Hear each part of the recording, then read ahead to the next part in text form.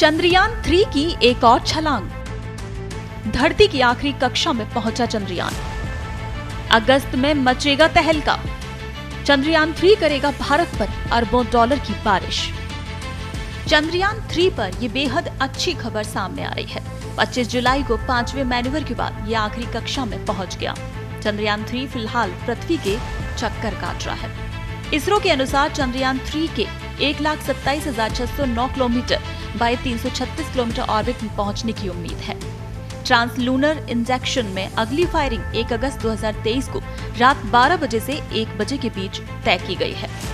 धरती की कक्षा में 5वें मैन्यूवर को बेंगलुरु के ISRO telemetry tracking and command network में बैठे वैज्ञानिकों ने अंजाम दिया। 1 अगस्त की रात को चंद्रयान 3 के पृथ्वी की कक्षा से निकलकर चांद की ओर रवाना होने की उम्मीद है। फिर ये चांद की कक्षा में पहुंच उसके चक्कर लगाना शुरू करेगा।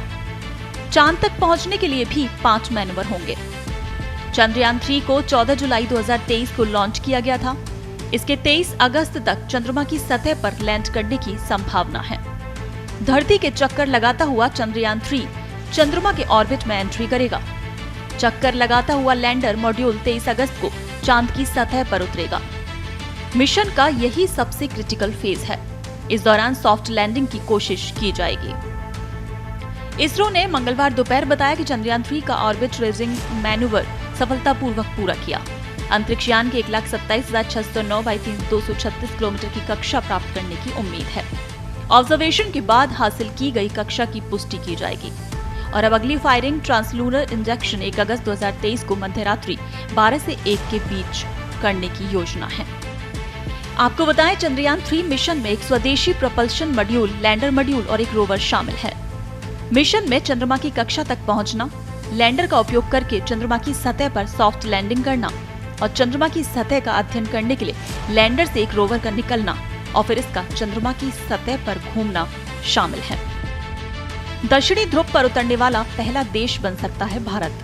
23-24 अगस्त को चंद्रमा के दक्षिणी ध्रुव पर विक्रम लैंडर की सॉफ्ट लैंडिंग कराई जाएगी और सॉफ्ट लैंडिंग का मतलब है पूरे नियंत्रण के साथ सतह पर सुरक्षित उतारना। अगर दक्षिणी ध्रुव पर लैंडर की सॉफ्ट लैंडिंग होती है तो भारत चंद्रमा के दक्षिणी ध्रुव पर पहुंचने वाला विश्व का पहला देश बन जाएगा। और ये लैंडिंग इसलिए भी खास होगी कि चंद्रमा का ये हिस्सा अब तक इंसान की नजरों से छिपा रहा है। अब तक रूस, अमेरिका और चीन चंद्रमा पर बेशक अपने यान उतार चुके हैं, मगर वो चांद के दूसरे हिस्सों में किया गया था। हमारे 14 दिन और चंद्रमा का एक दिन चंद्रयान 3 में लैंडर विक्रम और रोवर प्रज्ञान है। ये चंद्रमा की सतह पर एक दिन में 14 पृथ्वी दिवस के बराबर अपना काम करेंगे। चांद का एक दिन भारत के 14 दिनों के बराबर होता है। इसरो के वैज्ञानिकों ने दावा किया है कि अगर चंद्रयान 3 सफलता से चंद्रमा पर उतरा तो भारत को अंतरिक्ष क्षेत्र के कारोबार में हिस्सेदारी बढ़ाने का मौका मिलेगा। इस समय 60,000 करोड़ डॉलर की आंके जा रहे इस क्षेत्र में हमारा हिस्सा महज 2% है, तो इसके आगे बढ़ने की संभावना बढ़ेगी। यानी चंद्रयान 3 की जो सफलता है वो नए बाजार के द्वार खोलेगी। ब्यूरो रिपोर्ट, पत्रिका टीवी।